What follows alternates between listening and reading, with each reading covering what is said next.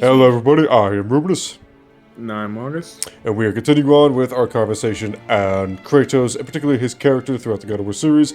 This time we get to one that actually has nuance and somewhat of a decent story, and also gameplay, which is God of War 4, or God of War 2018. I will always call it God of War 4, don't know why they did it the way they did, but here we are.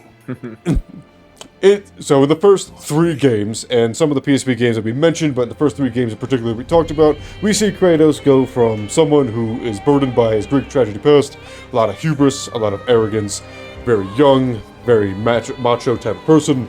He then gets very angry at people in the second game, and that's all he does. In the third game, he actually has some sort of humanity left within him, and then we see that resurface in God of War 4. We see him open up in the very opening scene. It shows us pretty much everything we need to know about the game, which is some pretty good writing and acting and all sorts of stuff. So we see Kratos burning a body, but it clearly is his wife, and he is sad. He is very clearly just over life in the moment. You see his son come out, and he treats his son in a very unfortunate way, a way that I think a lot of dads did treat their sons for a very long time, which is as soon as Atreus walks in, Kratos takes all of his emotions, shoves them back deep down inside because he can't show weakness, and he needs to now be a father and help his son along. I think that, immediately you're met with a different character, or a character that's done a lot of growth off screen. I just want to say I just looked this up because I was curious. I don't know if it's consensus, but it looks like I found a couple of sources that say it's been 1,000 years between the third and the fourth game. Roundabout. They don't give a specific time frame, but it's a roundabout. Generally agreed upon. Yeah. Did not know that. That changes things a little bit, but I don't know, maybe not really that much. Because if you haven't grown in 1,000 years, then there's something else wrong with you. Yeah. So you meet Kratos in this new place, and he's doing something else. And I don't think it's anything that we wouldn't think Kratos would do. He's always been a religious guy. He's always been respectful of, tradition. Yeah, so in the opening scene, we see Kratos being a little bit more reserved. See, now he has a son again. And we, initially, for anybody who's played the original games, has a little bit of concern as to what's about to unfold. And it doesn't. Okay. And his character shines through it. We see that he's reserved, we see that he's quiet, we see that he's commanding, he's being very Spartan, he's being very much like that, he's being very kind of old school dad. You do what I say, this is where we're going, this is just how it is. So to go on this hunt and to see if Atreus is up for the task of spreading the ashes at the top of a mountain. And it turns out that no, and Kratos, I would say, is not ready either. Atreus, being probably around 8 so at this time, is a very rambunctious young lad.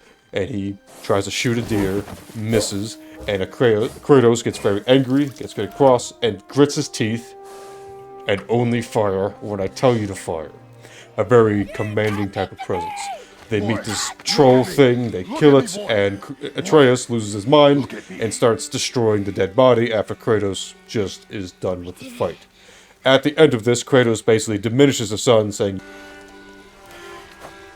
"You are not ready. You're not ready, and we can't do this." However, as all stories go, some strange crackhead knocks on his door. As all stories go. Yeah, we are met with somebody, and if you don't know, which I honestly don't know a lot of Norse mythology, I didn't really know who this was. But it's very clear that it's some sort of god. They fight, and they're ripping apart mountains, so see, Kratos is still godly. He still has all these powers. So they go on this quest, because even though Kratos doesn't think Atreus is ready, he himself also admits after the fight with this man, Our son is not ready to carry your ashes to the top of the mountain.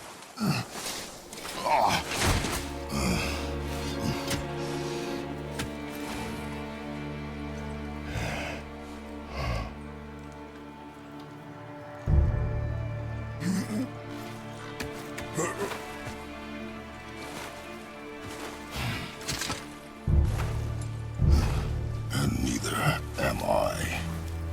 before we get too far, because so in the game we've already gotten to a point where I think it's possible to like evaluate the changes that you can see in Kratos. I think it's really interesting because the first thing that you see is that he's almost completely given up on any sort of, like, he's just so over everything. Literally just took up a life in the woods. Like, leave me alone. Like, straight up, I just want to live in the woods by myself, away from everybody else, no problems. And like you said, this guy comes knocking on his door and it says, I want to fuck you up. All right, dude, you gotta go home. I don't know how you found my door, but you can't be here right now. Just go away. And what I like about that, what I like about that is that this man hits Kratos multiple times before Kratos does anything with it. And Kratos holds back initially until, oh no, this must be some sort of divine dude, because he's ripping apart mountains. I can't hold back anymore. And it's true to Kratos' form for the most part, as long as you weren't really bothering him. Like you say, you really want to bother anyone else. And he doesn't have a vengeful quest. He doesn't have murder on the mind. He's not at war, so he has no reason to want to fight anymore. And you can really see that sunken in him. He's got a son that he's taking care of, and he's trying to make sure that he's taking, is okay. And it's not until this guy starts threatening basically his son that he's like, okay, all right, you said too much. And it's that thing where he gets provoked to the point, like he will try and be like, you don't have to do this, bro. We don't have to. I don't want to do this. I'm not that guy anymore. I told you, you were mistaken. And then he gets too close to the house, threatens his son. He's like, okay, I am that guy. Never mind. I can box. I got hands. But he is really reluctant, and I like that he's really reluctant because he doesn't, because he finally did, in fact, learn that lesson that Wrath does not answer or solve any of his problems. Every time he answered a problem with Wrath, he got more problems. To its fullest extent. Not everything, and it's true, and Kratos might, as we see through the story, and we can talk about it later, see in other people that maybe they're angry, maybe they're resembling things that Kratos had too, and they don't necessarily need to die just because of that. Maybe they just need to be calmed down in an aggressive way. And I think Kratos' restraint shows that, because initially, whenever Perseus or Zeus or whatever initially attacked him in the original trilogy, as soon as somebody attacked him, they were dead. But this guy, he tries desperately not to have that all-out fight. Help fix this. Desperately. He shows an incredible amount of restraint throughout the series. He really is committed. One thing I like about Kratos is the one true trait that he does have holistically the entire time is just unadulterated determination. He was determined to kill Zeus. Now he's determined to mind his fucking business and drink water. And he really, every time he meets a new character in God of War 4 the first time, he just goes, like, and tries to walk away. It's crazy how many people are like wildly attracted to Kratos. Those dwarves make them his business. He does not give a shit about what they're peddling, what they're selling. And they just go, oh my god, that axe. I know that axe. I can make that axe better. And Kratos is like, well, I do be killing people with it. So if you can make it easier to kill people, that's less time to have to interact with people because they'll be dead faster. Only reason he interacts with them is because they can make his life easier. Technically. He's so committed to not talking to anyone. He almost doesn't talk to anyone unless it's absolutely necessary. In fact, there's multiple times where he can take Mimir and he tells him you can be quiet instead of what you're doing. I love that. And as we learn a little bit about Kratos in particular after in this new family that he has.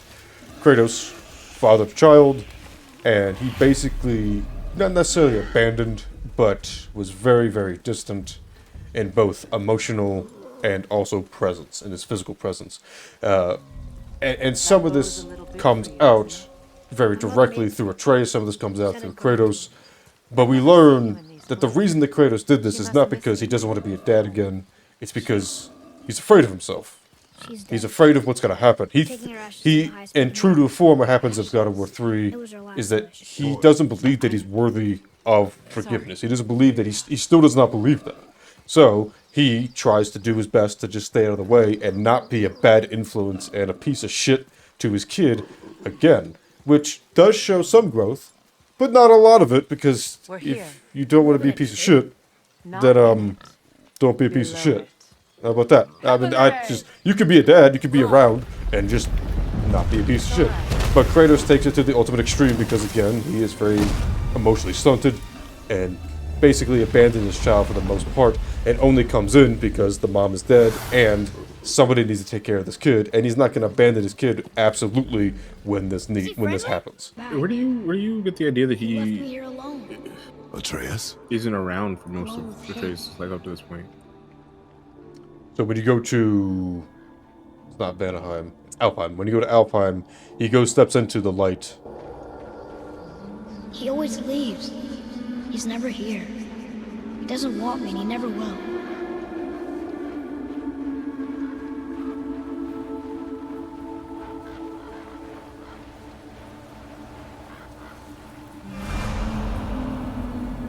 I don't know him, and he doesn't know me. Doesn't seem to want to. Yeah, so after all of that revelation, we see them get a little bit closer, Kratos opening up a little bit more and being a little more patient with Atreus, trusting him a bit more with certain things. Truly, a Joel and Ellie moment. We're having this classic It really is. Yeah, we're having this classic age-old parent-child journey.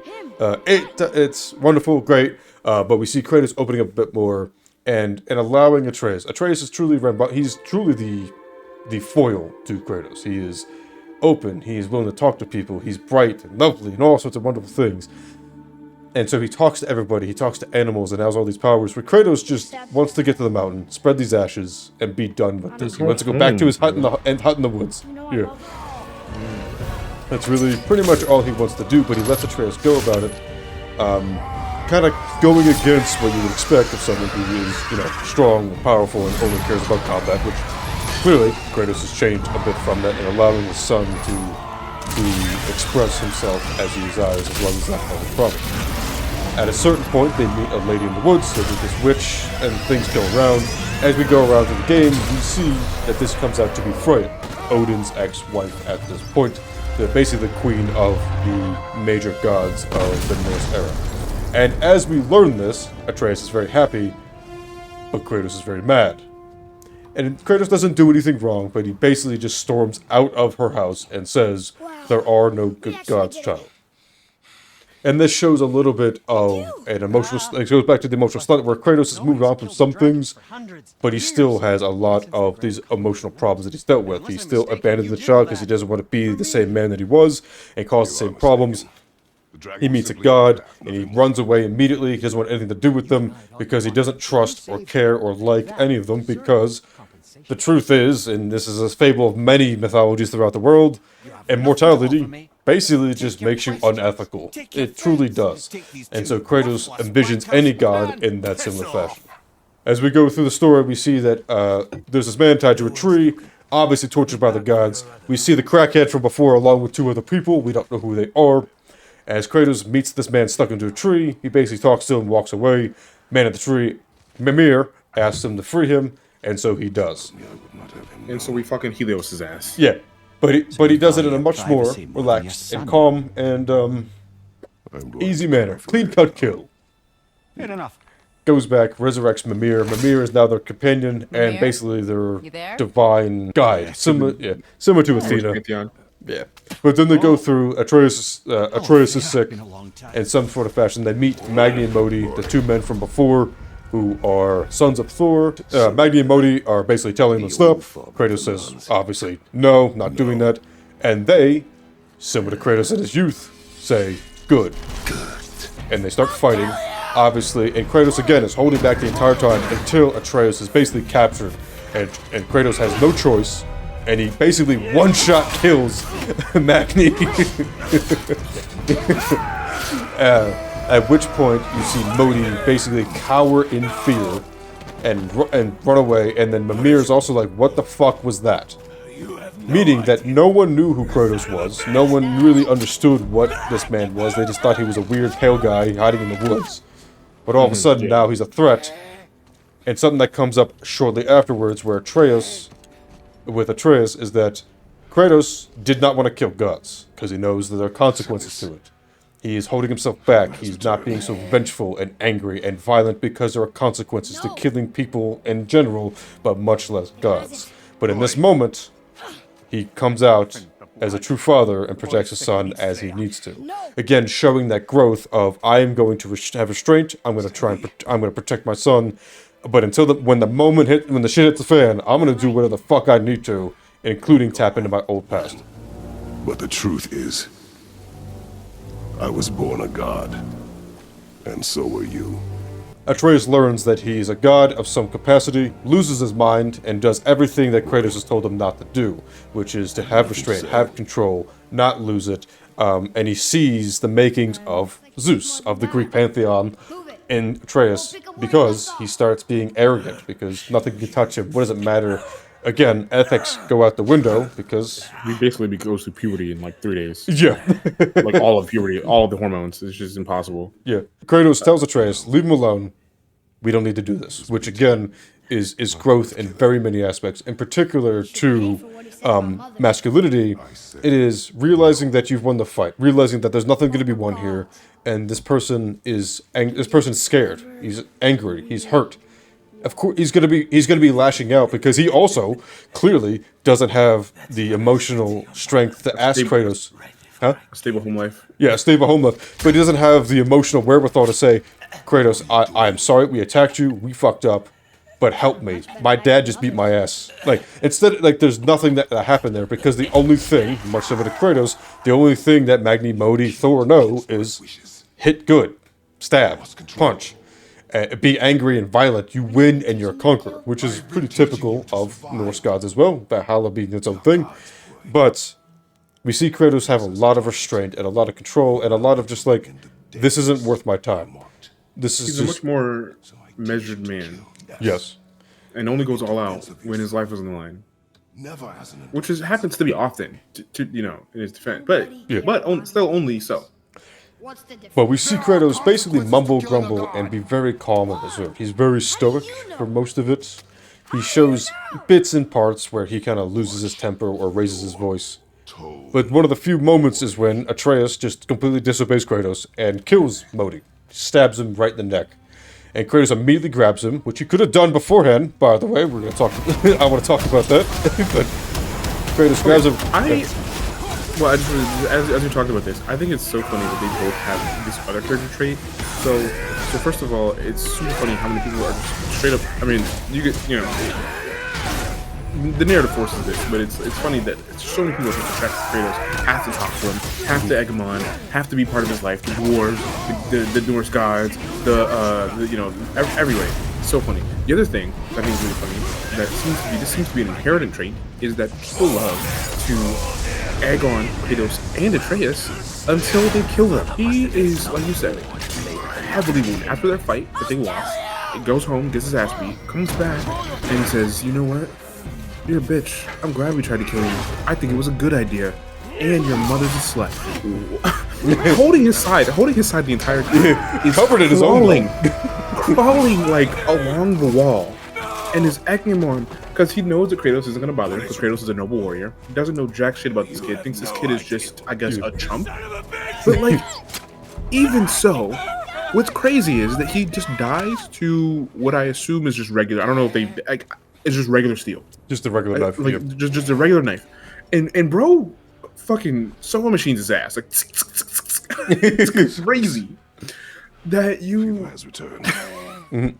I don't know about you. No. I don't try to get to a lot of fights in the first place, but if I get into a fight and I get my ass beat, I don't go pick another fight before I recover. Even if it was like a group of 8th graders, I wouldn't be like, fuck you, I fucked all your mothers. Like, there's no reason to do that. It just doesn't make, especially if you're in a state where you literally couldn't defend yourself. Like, did you think you could defend yourself? Because he didn't even try. No, that was... Trace was on that ass. He was up there in his neck.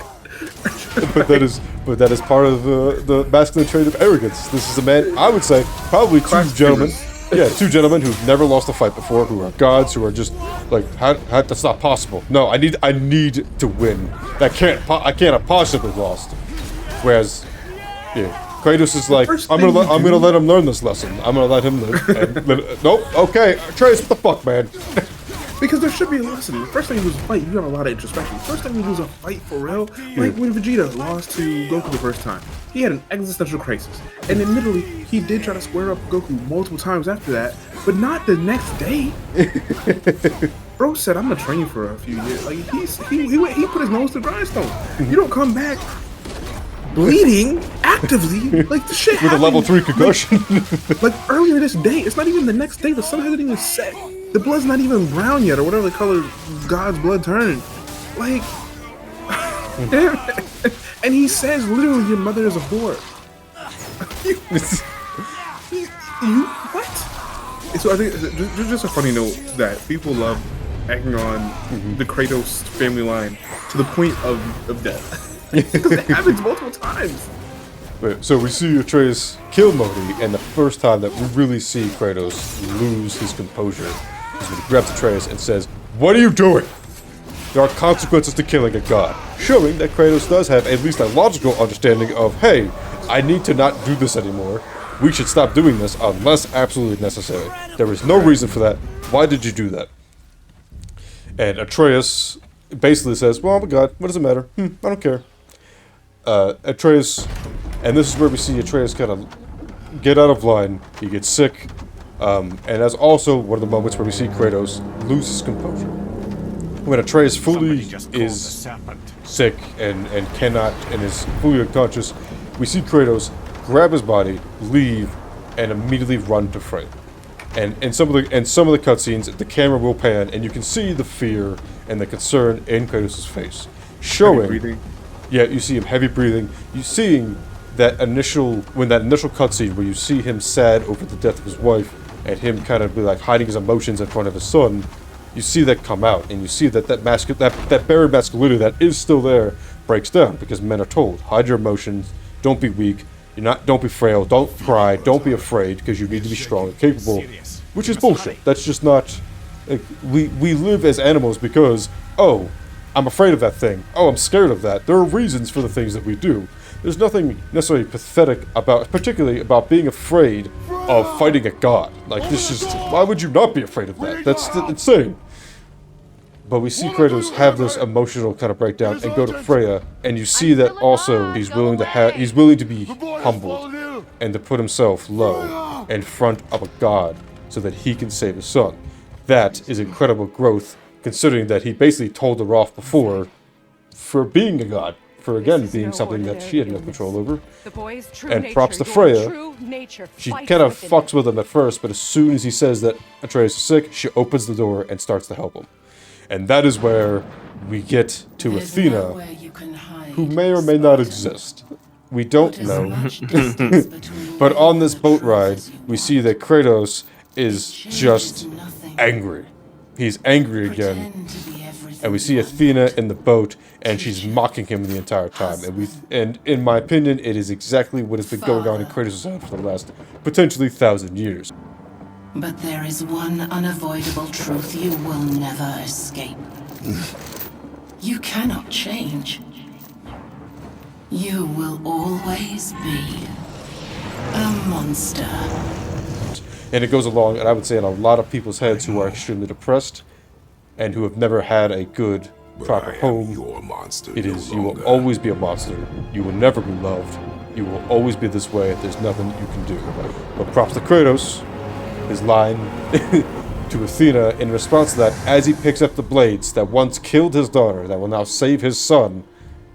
I am your monster no longer. I am no longer a servant of the gods. I act on my own will. So he goes down the Helheim, sees the crackhead once more, yelling at visions of Freya, and clearly showing a little bit of his backstory that basically Freya was just trying to save him, and he blames everything on Freya. And he sees visions of Zeus, and he's reminded of the past and the things that he's done. We go along to the end of the game, and we see that finally this is Baldur. This is this immortal man, blessed with all sorts of immunities to every single thing. He will heal from every single thing. He's basically Deadpool. That's really what he is. But the one weakness, the one cure to this is mistletoe, which Atreus has on him. Accidentally, Baldur punches right in the mistletoe, and gets cured of his immortality. And they fight. And at one point, there's a break in the fight as Freya starts to stop them, and Kratos despite the fact that Baldur's been being a nemesis the entire time, been trying to kill Atreus, been trying to kill Kratos, looks at Freya, looks at Baldur, and lets them have their moment. Kratos of younger years would not let that happen. His masculinity, his anger, his vengeance, his pride would not have let that happen. But here we see that he's like, this is a mother, this is a son, this is a moment, and this is a moment where potentially Baldur could change. I will let this play out. At all. Back off, Kratos. This has nothing to do. This path you walk, vengeance, you will find no peace. I know. He's trying to figure out a way to reasonably and diplomatically, what you're doing is wrong. What you're doing is not what you should be doing. You must be better. Strife, it leads to more conflict. Yeah. He really is in his like, you know, old dad era. I just want to sit down in my chair and watch my stories, watch my games. I just want to chop wood, man, and tell stories by the fire. That's all I want to do. I love this muted version of Kratos because you don't lose his you know, because Kratos is still in his own way a bit of a crackhead. He pulls Kratos out plenty of times. He still has that Spartan rage in him that he can draw upon. You know, he still can throw hands with the best of them. He's not any less violent. What do they call it? Cinematic kills that he does on the enemies. Yeah, there is a bit of ludonarrative dissonance. Yeah. They're so grotesque. Literally flips a man upside down and crushes his skull. That's not Oh, my peaceful. favorite was when you got a last hit with the axe. He would then just take each split part of the head and then just rip you all the way open down the middle, and then not finish it. Just leave you ripped down the middle halfway. And that was how we like what the no boy. So he's still got issues to work out. I mean, we see that he's still got some issues to work out with his interactions with Freya. Because with Freya, he treats her like she's got the plague. Yeah, and it is fine. It's fine with her. It's fine with her. Perfectly fine up until the point where he learns that she's a goddess, Right. which is again a commentary on a lot of social things, but particularly, oh, I'm fine with you until you're one of those people. One of those people, you have to be wrong. You have to be bad. When people are nuanced, there's a spectrum of things. You can be whatever. You can choose to be whatever. You can be born to be whatever, and it doesn't define who you are. Which is part of the lesson that Kratos has yet to learn. He's a Oh Spartan. my God, Kratos is racist. Oh shit. he's species. He just fully believes, like, you know, this trauma response that all gods are bad and they're always trying to get over on you and they always want something. If they help you, it's not for you. So he basically treats them as fae. Not to be confused with his wife, but like as like fairies, where it's like if they can only help you if they're fucking you over. Which, you know, in the grand scheme of things, it's hard to blame him for having that kind of trauma because up until now he hasn't been wrong, and even is reinforced by meeting 3 more gods that are only trying to fuck him over. And then when he does his best to get over it, he tries to help her. It's hard because both their reactions are reasonable to a certain extent with regards to parenthood. But he saves her life, and then she resents him for it because he has to kill Baldur in the process. And he didn't have to do that. He could have just said, fuck her, leave her behind. That's her own business, that's her own dumbass fault for doing what she did, and leaving and letting this resentment fester for, you know, 1,000 years or whatever the fuck. And but no, he has a change of heart.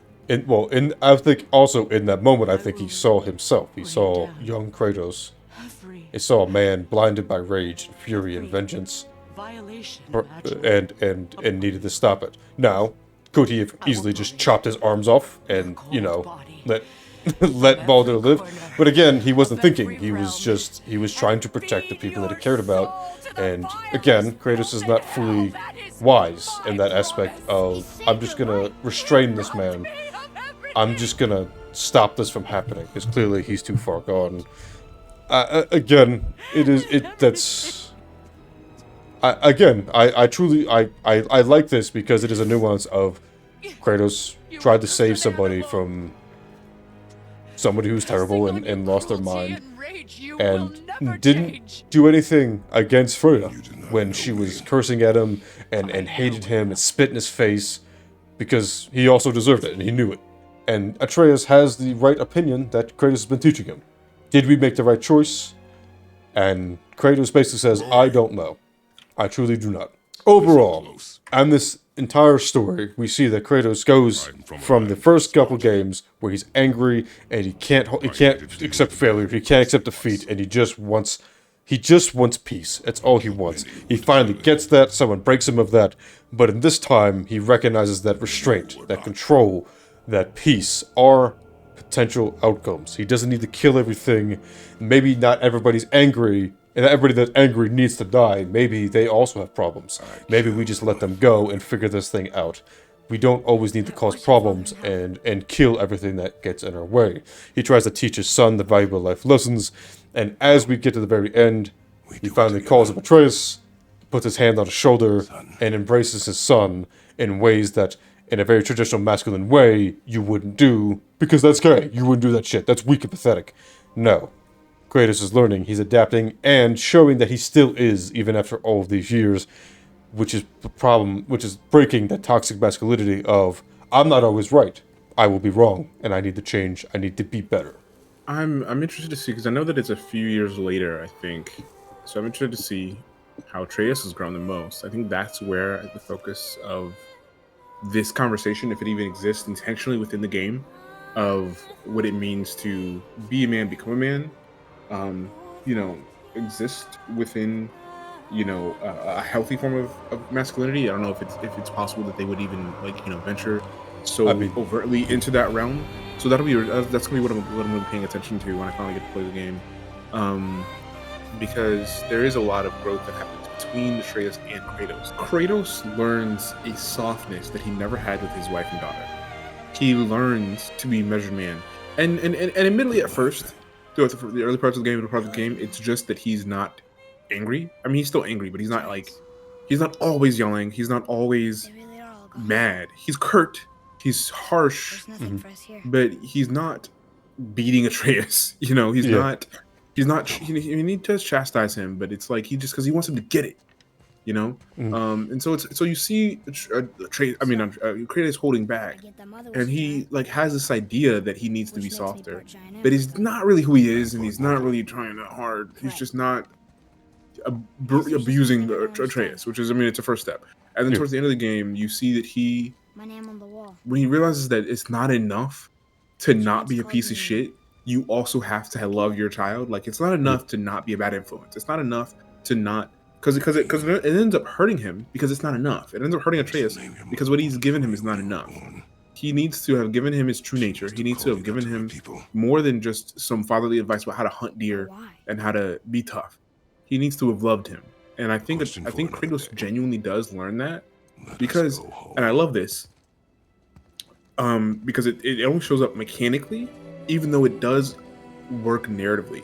Atreus as a companion sucks ass. He can fire an arrow, he can distract people, but in the beginning, he's not that useful. And as you level him up mechanically in the game, they start doing father-son combos and shit. Atreus is running off the back of Kratos, firing 3 arrows at a time. He's got lightning powers. They're beating people up together. And but it shows this trust that develops with the two of them. And after Atreus gets sick and then starts healing, and Kratos is I have to be honest with you, as well as just I can't just protect you. I have to teach you to take care of yourself, and that exists mentally, because the problem was mental with Atreus, right? So he starts giving his son the mental tools to become a man as well, not just the literal physical tools to exist as a man. Hunt, eat, don't fuck with gods. Those are the only things that he taught Atreus up to that point. Wasn't enough. And so I love that you can see, even though they don't really say that Kratos is lovey-dovey with his kid, and he doesn't really hug him or anything, but you can see that he just is softer.